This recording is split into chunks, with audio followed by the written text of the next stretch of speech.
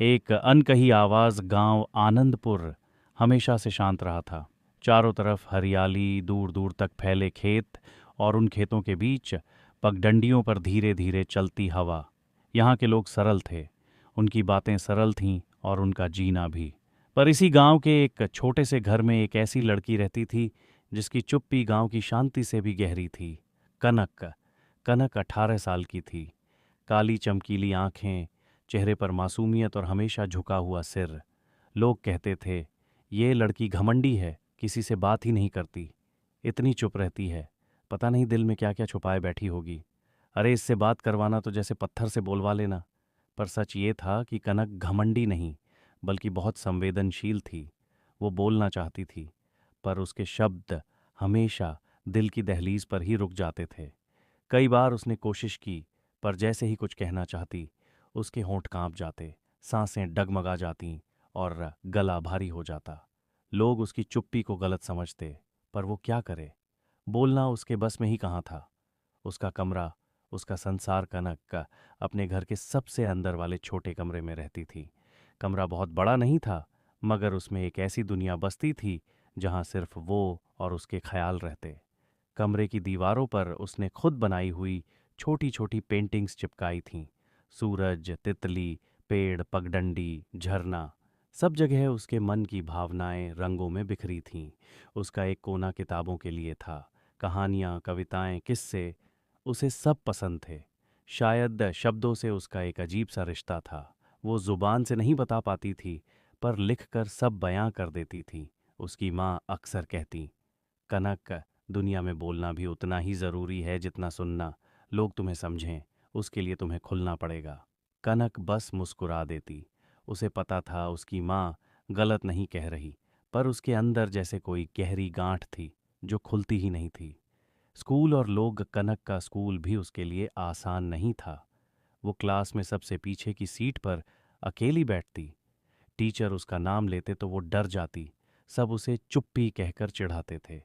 एक बार एक लड़की ने कहा था, ऐसी भी क्या चुप्पी की आवाज़ ही नहीं निकलती। कनक ने उस दिन घर आकर खूब रोया था। उसे लगता था दुनिया तेज आवाज़ वाले लोगों की है।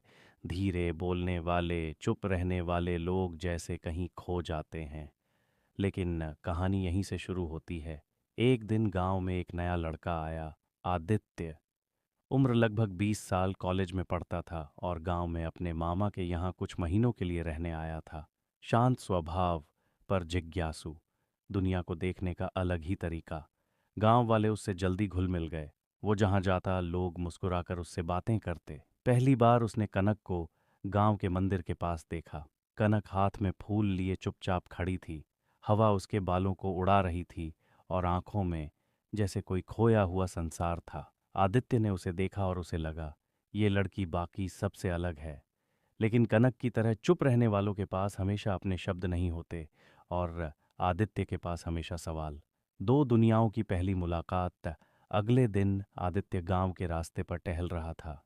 कनक भी उसी रास्ते से गुजर रही थी। आदित्य ने उसे देखकर मुस्कुराकर कहा, हेलो। कनक रुक गई। उसने हल्की सी सिर हिलाकर नमस्ते किया, लेकिन कुछ बोली नहीं। आदित्य ने फिर पूछा, आप, क्या नाम है आपका? कनक के होंठ हिले, पर आवाज नहीं निकली। वह बस अपना चेहरा झुकाकर आगे बढ़ गई। आदित्य को थोड़ा अजीब लगा, पर उसने इस चुप्पी को असभ्यता नहीं समझा। उसे महसूस हुआ कि इस लड़की में कुछ अलग है, कुछ गहरा, कुछ दबा हुआ। बहुत बड़ी बात थी। किसी ने पहली बार समझने की कोशिश की थी। कुछ दिन बीत गए। एक शाम आदित्य खेतों की तरफ जा रहा था। उसने देखा कनक पेड़ की छांव में बैठी है और अपनी डायरी में कुछ लिख रही है। वो पास नहीं गया, बस दूर खड़ा होकर देखता रहा। कनक के लिखने का ढंग बहुत खूबसूरत था, जैसे हर शब्द उसके दिल से निकल रहा हो। अचानक हवा तेज चली और कनक की डायरी का एक पन्ना उड़कर आदित्य के पैरों तक आ पहुंचा। उसने पन्ना उठाया। कनक झेंप गई, उसके गाल लाल हो गए। वह भागकर उसके पास आई और बोली, बिना ही पन्ना लेने लगी। आदित्य मुस्कुराया और बोला, मैं पढ़ूंगा नहीं, वादा। ये पहली बार था जब कनक ने किसी की आंखों में भरोसा देखा। उसने पन्ने को धीरे से लिया और पहली बार उसके होंठों पर हल्की सी मुस्कान आई। आदित्य ने दिल ही दिल में महसूस किया, ये लड़की बोलती नहीं, पर उसकी आंखें बहुत कुछ कहती हैं। कनक का रहस्य उसकी चुप्पी सिर्फ आदत नहीं थी, एक वजह थी, एक दर्द, एक पुराना घाव। कुछ साल पहले कनक के पिताजी का हादसे में देहांत हो गया था। उस दिन से कनक बिल्कुल बदल गई। उसने बात करना कम कर दिया, डरना ज्यादा। उसके मन में एक अजीब सा भय बस गया था। कहीं मेरी बात किसी को बुरी न लग जाए, कहीं कुछ गलत न हो जाए। लोग कहते थे वह घमंडी है, पर सच में वह टूटी हुई थी। आदित्य ने उसे देखा, सच में देखा। एक दिन आदित्य ने हिम्मत करके पूछा, तुम इतनी चुप क्यों रहती हो? कनक डर गई। उसने कोई जवाब नहीं दिया, बस पलकें झुका लीं। आदित्य ने धीरे से कहा, अगर कभी बोलना चाहो मैं सुनूंगा, और अगर नहीं बोलना चाहो तब भी मैं समझने की कोशिश करूंगा। ये शब्द कनक ने जिंदगी में पहली बार सुने थे। उसका गला भर आया, बोल ना सकी, पर आंखों में नमी भर गई। वो चली गई, पर उसकी चाल में आज पहली बार डर कम था, सुकून ज्यादा। आदित्य की आदत। अब आदित्य रोज शाम को उसी पेड़ के पास बैठने लगा जहां कनक आती थी। कभी वह किताब पढ़ता, कभी आसमान देखता, कभी बस खामोश रहता। कनक भी आती, थोड़ी दूर बैठती और अपनी डायरी लिखती। दोनों में कोई बातचीत नहीं होती, फिर भी एक रिश्ता सा बन गया था। कभी आदित्य मुस्कुराकर उसे देखता, कभी कनक चुपचाप उसकी ओर देखती, जैसे दो लोग बिना शब्दों के बातें कर रहे हों। गांव के लोग बातें बनाने लगे, ये लड़की तो बोलती भी नहीं, पता नहीं लड़के को क्या दिखा। आदित्य इतना अच्छा है, बेकार इस चुप्पी वाली से दोस्ती करता है। पर आदित्य को फर्क नहीं पड़ता था। उसे पता था कि चुप लोगों की दुनिया ज्यादा सुंदर होती है, बस उसे समझ पाने की हिम्मत चाहिए। एक दिन कुछ ऐसा हुआ जिसने कहानी बदल दी। गांव में मेले का दिन था। सारी लड़कियां तैयार सा होकर जा रही थीं, पर कनक को भीड़ से बहुत डर लगता था। उसकी माँ ने कहा, चलो थोड़ा बाहर भी घूम लो। कनक ने सिर झुकाकर ना कर दिया। आदित्य ने दूर से यह सब देखा। उसे समझ आया, कनक डरती नहीं है भीड़ से, वह हार जाती है अपनी ही आवाज से। और उसी शाम आदित्य ने पहली बार कनक की तरफ हाथ बढ़ाकर कहा, चलो, मेले में कुछ बोलना नहीं होगा, बस साथ चलना होगा। कनक चौंक गई। उसके लिए किसी ने इस तरह हाथ बढ़ाया ही कब था।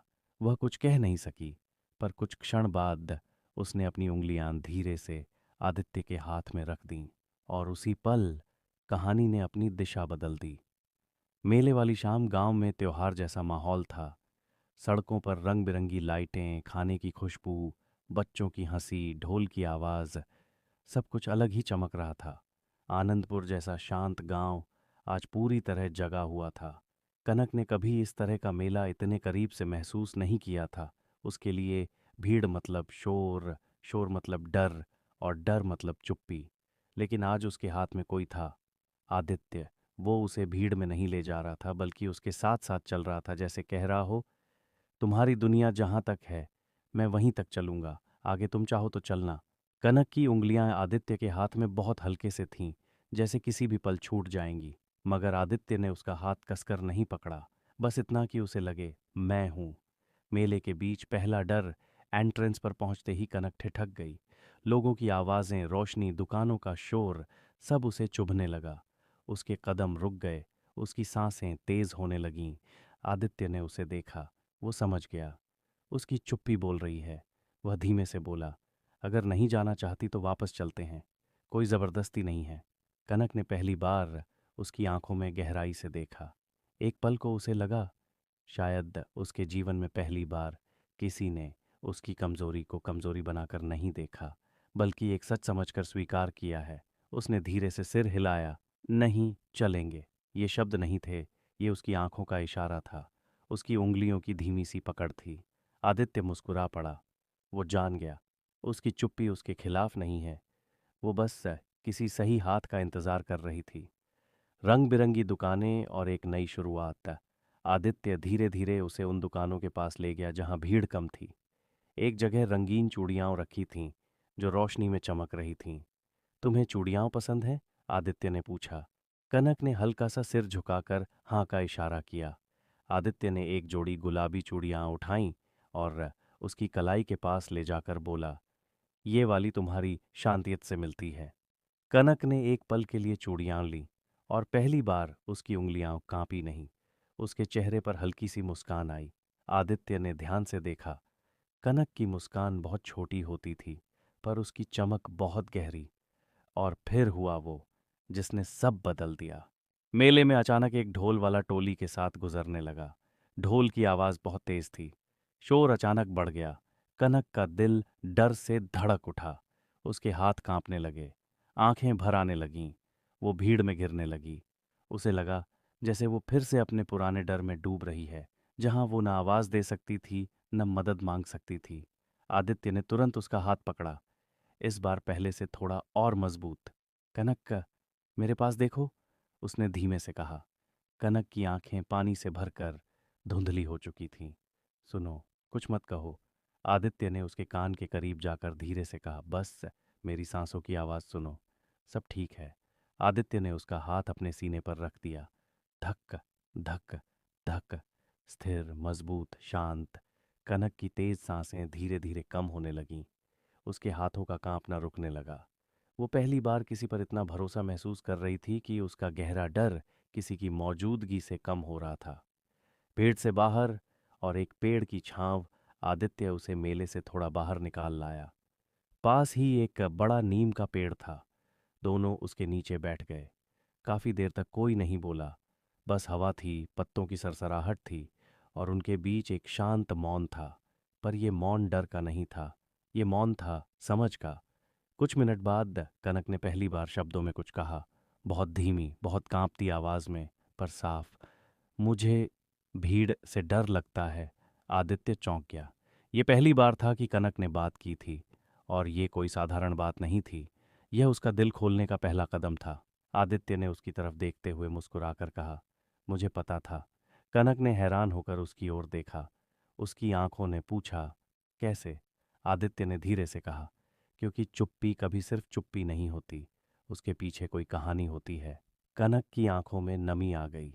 उसने पहली बार किसी को महसूस किया था जो उसकी चुप्पी को बोझ नहीं समझता था। अतीत की परतें खुलने लगीं। अचानक कनक ने अपनी डायरी खोल ली। वो पन्ने पलटने लगी। उसके हाथ फिर कांप रहे थे, पर इस बार डर से नहीं, बल्कि किसी को अपने बारे में बताने की हिम्मत से। उसने एक पन्ना निकाला और आदित्य को दे दिया। पन्ने पर लिखा था, जब पापा चले गए थे मैंने उनसे बहुत कुछ कहने की सोची थी, पर कह नहीं पाई। उसी दिन से मेरी आवाज़ डर गई। आदित्य ने पन्ना धीरे से मोड़ा।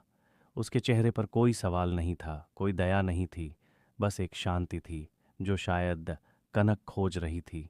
वह बोला, उस दिन तुमने नहीं कहा, अब कह सकती हो किसी को, मुझे। कनक ने अपनी बड़ी बड़ी आंखों से उसे देखा। उसके लिए ये बहुत बड़ी बात थी कि कोई उसे सुनने के लिए तैयार था, शब्दों में नहीं, बल्कि दिल से। कनक का पहला भरोसा काफी देर तक दोनों पेड़ के नीचे बैठे रहे। आसमान धीरे धीरे सांझ से रात में बदल रहा था। कनक आदित्य को देखती रही, और फिर कुछ ऐसा किया जो उसने कभी किसी के साथ नहीं किया था। उसने पहली बार बिना झिझक उसके कंधे पर सिर रख दिया। आदित्य चौंका, पर उसने कुछ नहीं कहा। उसने बस उसे थोड़ी जगह दी, जैसे कह रहा हो, जो कर रही हो वो ठीक है। कनक की आंखें बंद थीं। उसने बहुत धीरे से कहा, मैं कोशिश करूंगी बोलने की। आदित्य ने उसके बालों पर हल्के से हाथ फेरते हुए कहा, तुम्हें जल्दी नहीं है, तुम्हें किसी से साबित नहीं करना, तुम बस धीरे धीरे चलो, मैं साथ हूं। कनक ने सुना, और पहली बार उसकी आंखों से आंसू डर के नहीं, राहत के निकले थे। रात की वापसी। घर लौटते समय कनक की चाल अलग थी। आज उसके कदमों में कम डर, ज्यादा हिम्मत थी। घर के दरवाजे तक पहुंचते पहुंचते उसने एक बार पीछे मुड़कर आदित्य को देखा, धीरे से मुस्कुराई और फिर अंदर चली गई। आदित्य वहीं खड़ा रहा। उसे पता था, आज कनक ने सिर्फ मेला नहीं देखा, उसने अपनी चुप्पी की पहली दीवार तोड़ी है। उस रात कनक ने अपनी डायरी में लिखा, आज मुझे लगा कि चुप रहना बुरा नहीं है, बस किसी सही इंसान का साथ चाहिए जो तुम्हारी चुप्पी को सुने, समझे, और तुम्हें बोलने पर मजबूर न करे, बल्कि तुम्हें बोलने की हिम्मत दे। मेले की रात गुजर चुकी थी, पर उस रात की हवा अब भी कनक के मन में तैर रही थी। उसने पहली बार किसी पर इतना भरोसा किया था कि अपनी चुप्पी का ताला थोड़ा सा खोल दिया। पहली बार उसने किसी के सामने कमजोरी जाहिर की थी, और पहली बार उसने किसी के कंधे पर सिर रख कर अपने डर को आराम दिया था। उस रात नींद उसे जल्दी नहीं आई। वो चारपाई पर लेटी हुई छत को देखती रही। दिमाग में बार बार एक ही चेहरा घूम रहा था, आदित्य का। उसके चेहरे की शांति, उसकी बातों की नरमी, उसकी मुस्कान की गर्मी, सब उसके मन पर जैसे छाप छोड़ गए थे। पहली सुबह, पहली बेचैनी। अगली सुबह कनक जल्दी उठ गई थी। सबसे पहले उसने आईने में खुद को देखा। कभी वो आईने में घूर कर नहीं देख पाती थी, पर आज उसके चेहरे पर एक हल्का सा आत्मविश्वास था। उसे कल की यादें झेंपा रही थीं, पर वही यादें उसे सुकून भी दे रही थीं। तभी उसकी माँ ने कमरे में झांक कर कहा, कनक, आज इतनी जल्दी कैसे उठ गई? कनक बस हल्का सा मुस्कुरा दी। माँ चौंक गई, क्योंकि उसे अपनी बेटी की मुस्कान ऐसे देखे महीनों हो चुके थे। माँ ने उसके सिर पर हाथ फेरते हुए कहा, आज तुम कुछ बदली बदली लग रही हो। कनक ने सिर झुका लिया, पर उसके होंठों की हल्की उठान ही उसकी पूरी कहानी कह रही थी। खेत की पगडंडी, नई शुरुआत का रास्ता, सूरज धीरे धीरे ऊपर आ रहा था। कनक हमेशा खेतों में जाने से बचती थी, क्योंकि वहां लोग ज्यादा होते थे।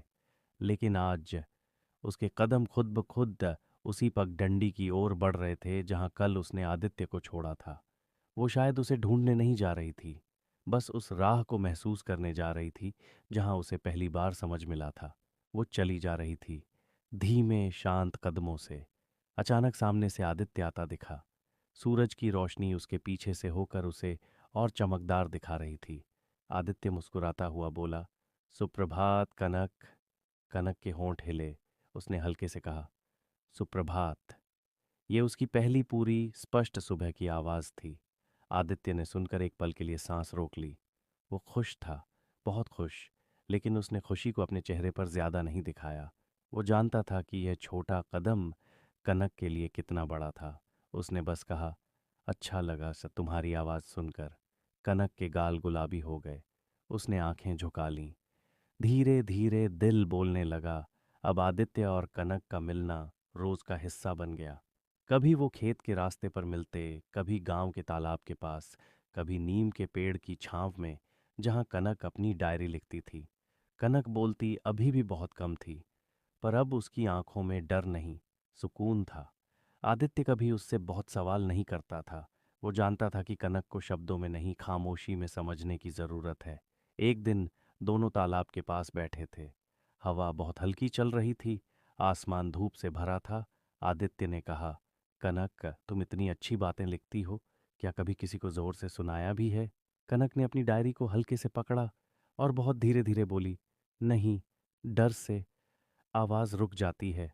आदित्य ने कहा, तो एक काम करो, आज अपनी पसंद की एक लाइन मुझे पढ़कर सुनाओ। होंठ हिलाओ, आवाज आए या ना आए, कोई फर्क नहीं पड़ेगा। कनक के हाथ कांपने लगे। ये उससे बहुत बड़ी मांग थी। उसने डायरी खोली, गहरी सांस ली, आंखें बंद कीं और बस होंठ हिलाए। आवाज बहुत कम थी, कान से सुनाई भी मुश्किल से दे रही थी, पर आदित्य उसकी तरफ झुककर ध्यान से सुनता रहा। जब वो खत्म हुई, आदित्य ने बहुत नरमी से कहा, ये शब्द तुम्हारी तरह हैं, धीमे पर गहरे और खूबसूरत। कनक के दिल में जैसे कोई गुनगुनाहट उतर गई। उसे पहली बार लगा, शायद उसकी आवाज भी उतनी बेकार नहीं जितना वो सोचती थी। गांव की बातें और एक अनदेखा तूफान। गांव छोटा था, लोगों की बातें तेज थीं। कुछ दिनों में सबको पता चल गया कि कनक और आदित्य अक्सर साथ दिखते हैं। लोग तरह तरह की बातों में जोड़ घटाव करने लगे। किसी ने कहा, अरे चुप्पी वाली कनक, उसके साथ कोई क्यों घूमेगा? किसी ने कहा, लड़के शहर से आया है, कुछ दिन बाद चला जाएगा, ये लड़की फिर टूट जाएगी। एक और ने कहा, कनक जीन्स टॉप पहनकर घूमती नहीं, इसीलिए किसी का ध्यान नहीं गया, अब ये लड़का आया तो इसे महत्व मिल रहा है। ये बातें सीधे कनक तक नहीं पहुंचीं, पर माहौल का बदला रंग उसे महसूस होने लगा। मगर आदित्य को फर्क नहीं था। उसे लोग नहीं, कनक की भलाई दिखती थी। पहला झगड़ा, पहली चोट। एक शाम आदित्य कनक से मिलने आया। वो बहुत खुशी से उसका नाम लेकर बोला, कनक, आज मैं तुम्हें कुछ दिखाना चाहता हूं। लेकिन कनक उस दिन बहुत अजीब थी। उसके चेहरे पर बेचैनी थी, उसकी आंखों में पानी भरा था। आदित्य ने पूछा, क्या हुआ? कनक ने धीमे से कहा, लोग बातें कर रहे हैं मेरे बारे में, तुम्हारे बारे में। मैं वजह नहीं बनना चाहती।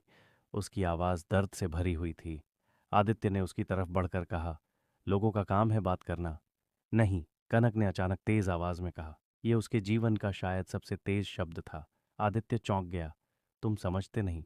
कनक की आंखें भर आईं। लोग कहते हैं तुम अच्छे हो, और मैं सिर्फ चुप रहने वाली बेकार लड़की।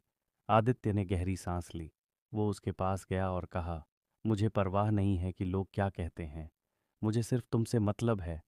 तुम जैसी हो, जैसी चुप हो, मुझे अच्छी लगती हो। कनक रोने लगी।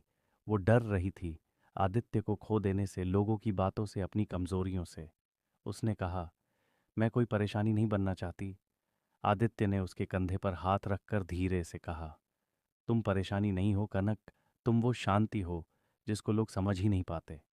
उसके शब्दों में ऐसा ठहराव था कि कनक के आंसू खुद ब खुद थमने लगे। उस रात कनक ने अपनी डायरी में लिखा, मैं डरती हूँ, पर आदित्य की बातों में एक ऐसी सच्चाई है जो मेरे डर से बड़ी लगती है। मेरी चुप्पी आजकल आवाज़ बनने लगी है। शायद इसके पीछे वजह वही है। खामोशी की गहराई में उभरता रिश्ता। अब कनक बोलने की कोशिश ज्यादा करने लगी थी। वो रोज थोड़ा थोड़ा बोलती, कभी एक लाइन, कभी एक शब्द, कभी सिर्फ हम। पर आदित्य के सामने वह पहले से ज्यादा खुली लगती थी। एक शाम दोनों नीम के पेड़ के नीचे बैठे थे। हवा बहुत धीमी चल रही थी। आदित्य आसमान देख रहा था और कनक उसे देख रही थी। आदित्य ने पूछा, तुम्हें लगता है तुम कभी पूरी तरह बोल पाओगी? कनक ने कुछ सेकंड सोचा, फिर धीरे से जवाब दिया, शायद, अगर तुम साथ हो तो हाँ। आदित्य ने सिर झुकाकर कहा, मैं हमेशा रहूंगा, जब तक तुम चाहो। कनक ने झेंपते हुए कहा, मैं चाहती हूँ। वो ये कहते ही बालों के पीछे छिप गई। आदित्य हंस पड़ा, नरम, हल्की, प्यार से भरी हंसी। उसने कहा, तुम्हारी ये चुप्पी और तुम दोनों मेरी पसंद बनते जा रहे हो। कनक के दिल में जैसे फिर से कोई तितली उड़ गई। चुप्पी अब बोझ नहीं, रिश्ता बन रही थी। आदित्य और कनक की मुलाकातें दिन ब दिन गहरी होती जा रही थीं। कनक अब पहले जैसी नहीं रही। वो धीरे बोलने लगी थी, लोगों से थोड़ी बात करने लगी, और सबसे बड़ी बात, उसने खुद को थोड़ा थोड़ा स्वीकार करना शुरू कर दिया था। लेकिन यही बदलाव गांव के कुछ लोगों को पसंद नहीं आ रहा था। तूफान की शुरुआत एक दिन दोपहर में, जब आदित्य शहर गया हुआ था। कनक घर के बाहर बैठी धूप सेंक रही थी। तभी 3 गांव की औरतें उसके पास आकर खड्डी हो गईं। उनमें से एक बोली, अरे कनक, बहुत घूम फिर रही है आजकल। दूसरी ने ताना मारा, शहर वाला लड़का मिला क्या, इसलिए आवाज भी आनी लगी है तुम्हारी। तीसरी हंसकर बोली, सावधान, ऐसे लड़के आते हैं, 2 दिन प्यार दिखाते हैं और फिर चले जाते हैं। कनक का चेहरा उतर गया। उसकी धड़कन तेज हो गई। वो घबराहट में हाथ दबाने लगी। उसने कुछ कहने की कोशिश की, मैं, लेकिन आवाज अटक गई। औरतें हंसकर चल दीं। कनक अकेली रह गई, दिल भारी और डर से भरा हुआ। शंका का जहर उस रात आदित्य वापस आया। वो कनक से मिलने आया तो देखा, कनक हाथ में डायरी पकड़े उदास नीम के पेड़ के नीचे बैठी है। कनक, क्या हुआ? वो चुप रही, बस उसकी आंखें नम थीं। मैं आया हूं ना, आदित्य ने कहा, मुझसे बताओ। कनक ने कांपते हुए कहा, तुम चले तो नहीं जाओगे? आदित्य ठहर गया। इस सवाल ने उसे हिला दिया। क्या? ये किसने कहा तुमसे? कनक ने सिर नीचे कर लिया। आवाज टूटी हुई थी।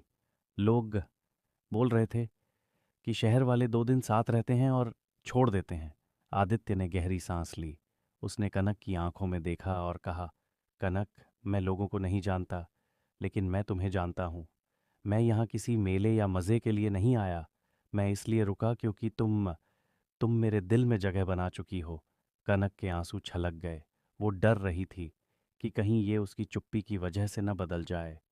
लेकिन मैं तो ठीक से बोल भी नहीं पाती। आदित्य हल्का सा मुस्कुराया। उसने कनक का हाथ पकड़ा, धीरे, नरमी से। तुम्हारी चुप्पी में भी उतनी ही ताकत है जितनी किसी की आवाज़ में होती है, और मैं तुम्हारी इस चुप्पी से ही प्यार करने लगा हूं। ये सुनकर कनक के दिल में जैसे कोई भारी पत्थर हट गया। अंतिम परीक्षा कुछ महीनों बाद। आदित्य की ट्रेनिंग खत्म होने लगी। अब उसे शहर वापस लौटना था। कनक को ये बात पता थी, पर वो कह नहीं पाती थी। कितना भी बोलने की कोशिश करती, आवाज उसके भीतर ही दबी रह जाती। आदित्य एक दिन उससे बोला, कनक, मैं 2 दिनों में शहर जा रहा हूँ, लेकिन एक वादा चाहता हूँ तुमसे। कनक चौंकी, उसका दिल धड़कने लगा। कौन सा वादा? कि तुम बोलना नहीं छोड़ोगी।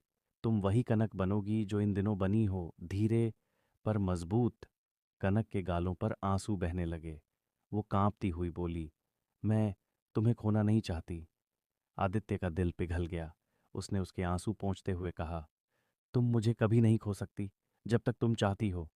फिर उसने कनक की हथेलियों में अपनी हथेलियां रखकर कहा, अगर तुम चाहो तो मैं कल जा ही लूं। कनक की आंखें फैल गईं।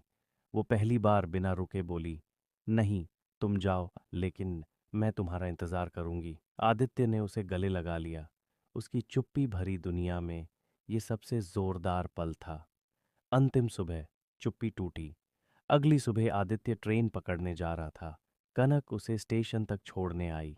उसके कदम भारी थे, दिल कांप रहा था, लेकिन वो खुद को रोक नहीं रही थी।